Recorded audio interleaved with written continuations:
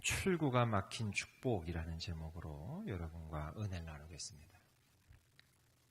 우리가 인생을 살아가다 보면 막다른 골목이라고 표현되어지는 그런 막다른 골목을 만나게 될 때가 있습니다. 소위 말해서 막다른 골목.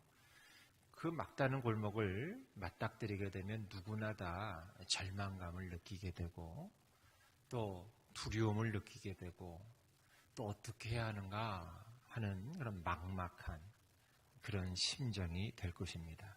그리고 도무지 그 막다른 골목이 그 상황 자체가 기쁘지는 않을 것입니다. 그런데 막다른 골목이 주는 유익이 있습니다. 내 인생의 막다른 골목이 나에게 주는 유익이 분명히 있더라는 거예요. 왜냐? 이제는 더 이상 피할 길이 없기 때문에 나는 더 강해질 수 있다는 거예요. 아니, 더 강해진다는 것입니다. 또는 막다른 골목 때문에 오히려 내가 이전에 미처 생각하지 못했던 새로운 아이디어, 새로운 발상을 찾아낸 기회도 막다른 골목을 맞닥뜨리게 되었을 때 나에게 오게 되는 유익이라는 거지요. 필리핀이라는 나라, 여러분 뭐 많이들 가보셨겠습니다만 이 필리핀이 참 재미있는 것 중에 하나가 필리핀은 결혼이 말이죠. 결혼이 굉장히 까다롭고 어렵대요. 결혼을 하는 것 자체가. 그런데 그거보다 더 어려운 게 있는데 그게 뭐냐? 이혼이랍니다. 이혼은 법적으로는 하여튼간에 법적으로는 뭐 삶에서는 잘 모르겠는데 법적으로는 아예 이혼이 거의 불가능하게 만들어 놓았다 그래요. 필리핀이란 나라가. 그러다 보니까 이 한 번 결혼하기도 어렵거니와 이혼은 더더군다나 거의 불가능하기 때문에 이 결혼 자체가 깨질, 결혼에서 빠져나갈 출구가 없다는 뜻이지요. 결혼 생활을 하다가 야 이제는 좀 그만두고 싶다. 그런데 이 결혼을 이제 깨고 빠져나갈 출구 자체가 필리핀은 없다는 거예요. 여러분, 그랬더니 어떤 일이 벌어졌는가? 오히려 더 가정이 평안하고 안정을 유지하게 되더라는 거예요.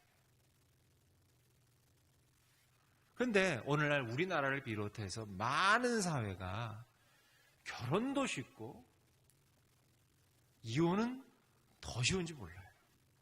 그러니까 이게 얼핏 젊은 사람들, 요즘 젊은 세대가 더 그렇게 하는데 그러다 보니까 이게 겉으로 볼 때는 야 편하게 속 편하게 보이고 뭐 그냥 뭐 그렇게 보일지 몰라도 오히려 사람들은 그리고 가족들은 더 큰 불행을 행복해 보이진 않더라는 거죠. 그게.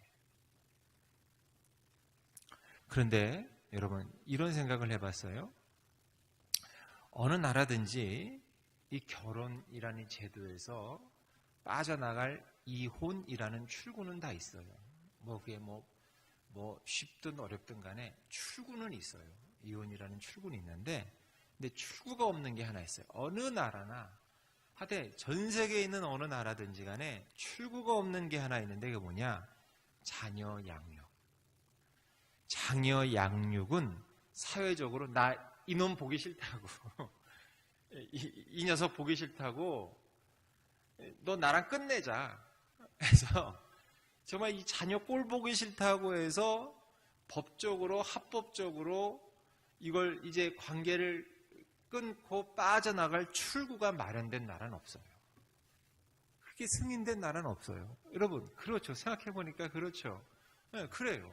법적으로 뭐 관습적으로 뭐 뭐든 간에 제도적이든 뭐든 간에 장녀 양육에 있어서만큼은 어느 나라 어느 사회든 승인된 출구가 없어요.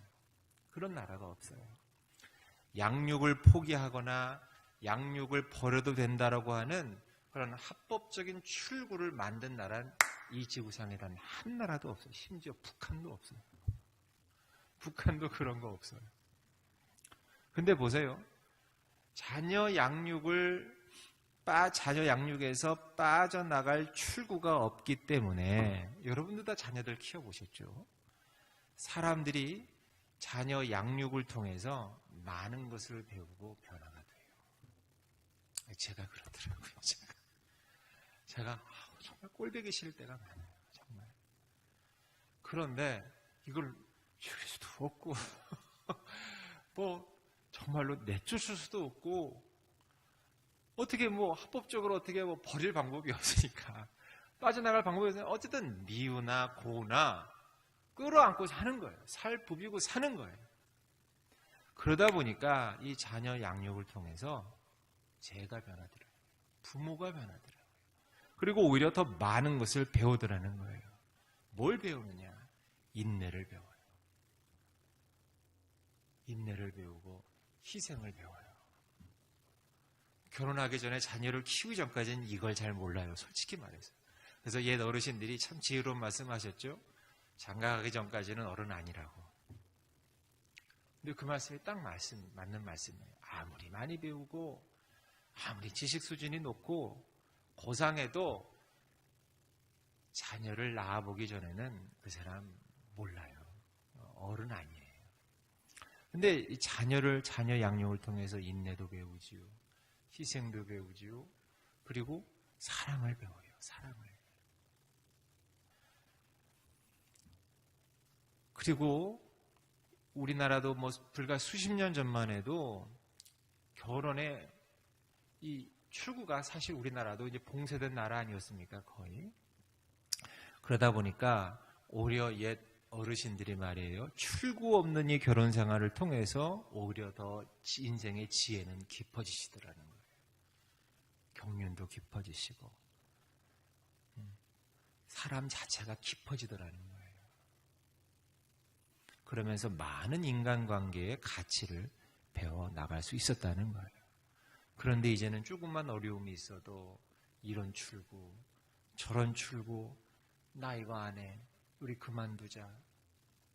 거기로 다 빠져나가 버리니까 그러니까 배우지 못하고 깨닫지 못하고 변화되지 못하고 성숙하지 못하고 깊어지지 못한다는 거예요. 아는 것은 많은지 모르나 그 사람이 깊지는 않아요. 깊지는 않아요. 성숙하진 않아요. 배려할 줄 모르고. 여러분, 그러다 보니까 여러분, 출구가 막혔다. 이건 그러니까 일종의 축복일 수 있다는 거예요. 축복일 수 있다. 더 나아갈 수 없기 때문에 이걸 극복할 수 있는 힘을 기를 수 있다는 거예요.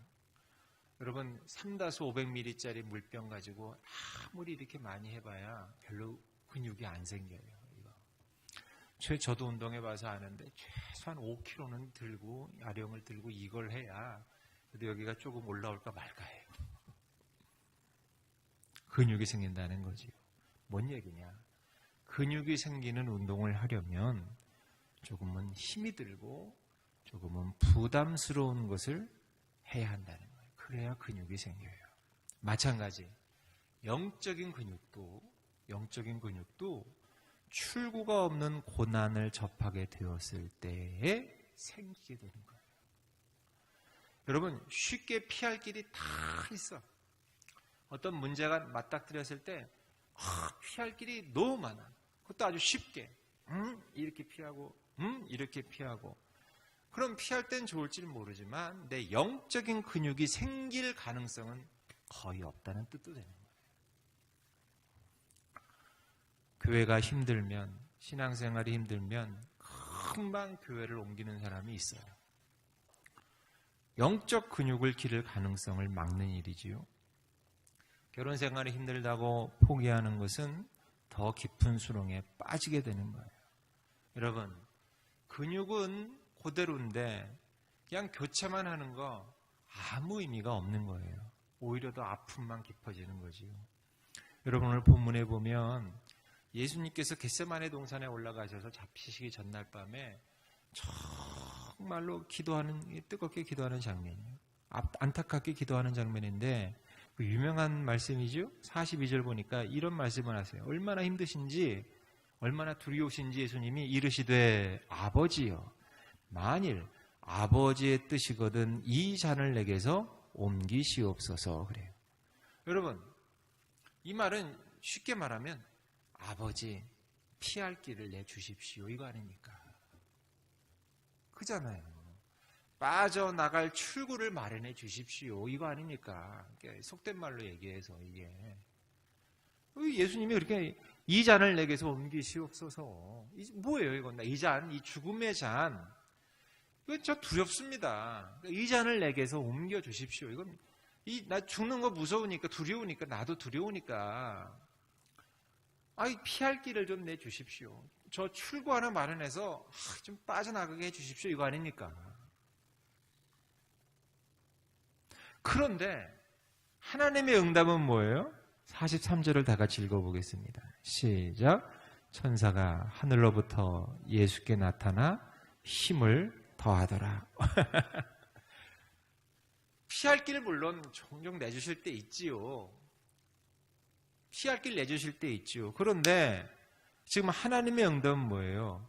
오히려 천사가 하늘로부터 나타나 뭘 더해줘요? 힘을 더하더라. 이길 수 있는 큰 능력을 주실 때가 더 많다는 거예요. 그럼 어떤 게 더 좋은 것 같아요? 피할 길을 내주시는 게 좋은 것 같아요? 아니면 이길 수 있는 큰 능력을 주시는 게 좋은 것 같아요? 뭐가 결론적으로는 더 좋을까요, 나에게? 그때마다, 상황마다 쏙쏙 빠져나갈 수 있는 피할 길을 내주시는 게 더 좋겠습니까? 아니면 이까짓 것쯤이야 하고서 얼마든지 극복할 수 있는 능력을 주시는 게 더 좋을 것 같습니까? 당연히 후자지요. 사랑하는 여러분, 출구 없는 고난은 우리에게 하나님의 능력을 더해주시는 기회인 줄 믿습니다. 많은 사람들을 우리가 살아가면서 만나죠. 정말 수도 없이 많은 사람을 우리가 살아가면서 만나게 됩니다. 좋은 사람도 만나고 나쁜 사람도 만나요. 좋은 사람이 주는 유익이 참 많습니다. 좋은 사람을 만날 때 내게 주는 유익이 참 많아요. 그분을 통해서 격려도 받고 칭찬도 받고 또 그분을 만나서 내가 좀 힐링도 되고 또 좋은 감정도 생기기도 하고. 그런데 좋은 사람에게서 크게 배울 것은 별로 없어요. 사실상 좋은 사람에게서 크게 배울 것은 없어요. 인내심을 시험하지도 않고요. 용서의 용량이 내 용서의 분량이 커지지도 않아요. 용서의 능력이 커지지도 않아요. 따지고 보면 그래요. 그러나 나쁜 사람을 만나면 정말 크게 배워요. 많은 걸 배워요. 나쁜 사람은 항상 비판하지요. 욕심 가지고 행동하지요. 모든 것을 다 자기 유리한 대로 다 악용하지요. 그러다 보니까 나는 인내를 배우게 되고 용서를 배우게 되고 불쌍히 여김을 배우게 되고 그래서 어느덧 나도 모르게 더 성장한 모습이 된다는 거예요. 내가.